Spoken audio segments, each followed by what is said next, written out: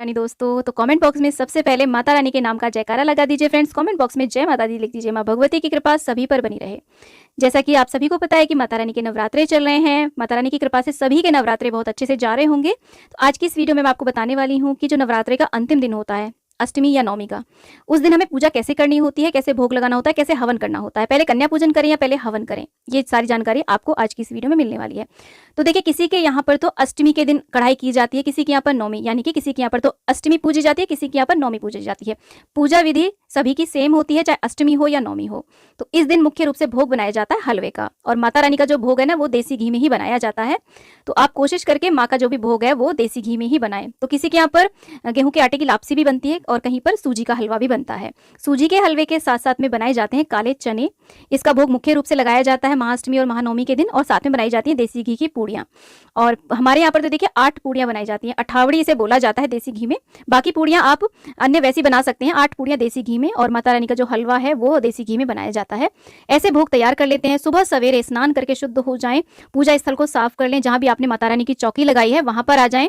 तो चाहे अष्टमी हो चाहे नवमी हो, सेम यही पूजा विधि रहेगी। तो देखिए, जो हम भोग लगाते हैं ना माँ को, वो तो हम पूजा के थोड़ी देर बाद ही हटा लेते हैं। जल का एक लोटा माँ के पास हमेशा हम रखते हैं, और उसके बाद में जो भी आपके देखिए पूजा के जो बर्तन है ना, इनको हम हटा लेंगे, उन्हें साफ करके दोबारा पूजा में दीपक आदि जला लेंगे।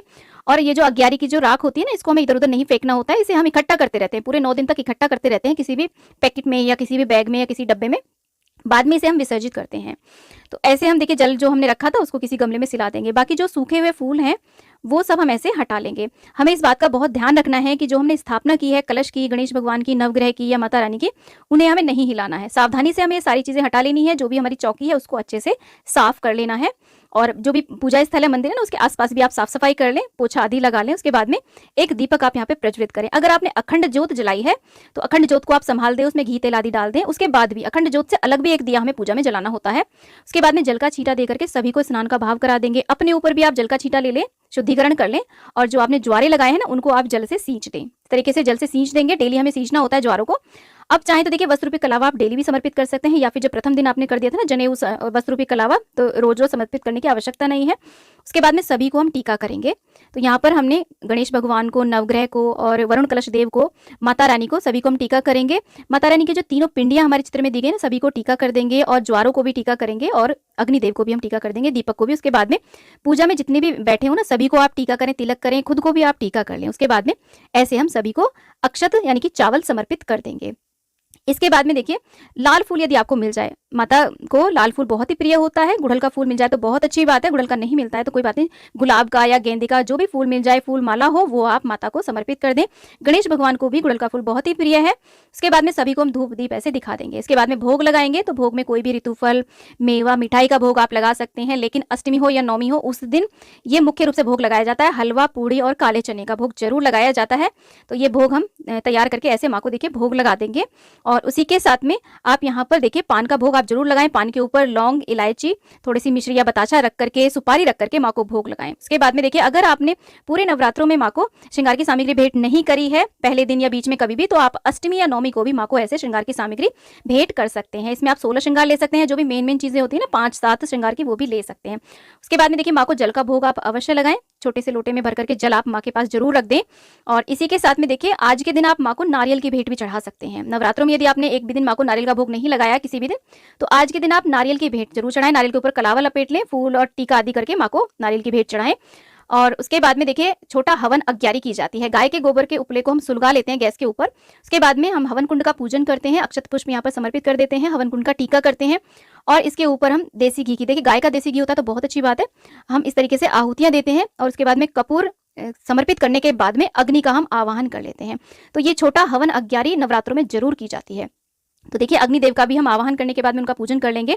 तो सबसे पहले हम लौंग और बताशे का भोग माँ को चढ़ाते हैं। परिवार के सभी सदस्य इस अग्नि में लौंग के जोड़े जरूर चढ़ाएं, और लौंग और बताशे का भोग माँ को जरूर समर्पित करें। उसके बाद में देखिए, जो भी हमने भोग यहाँ पर बनाया ना, हलवे पूड़ी का भोग, ऐसे हम छोटे छोटे टुकड़े ऐसे तोड़ते हैं, और इस तरीके से इसका होम किया जाता है। तो जो भी माता रानी का मंत्र आपको आता हो वो मंत्र बोलते हुए या मन ही मन माँ भगवती का ध्यान करते हुए ऐसे अग्नि में ये भोग आप समर्पित करें।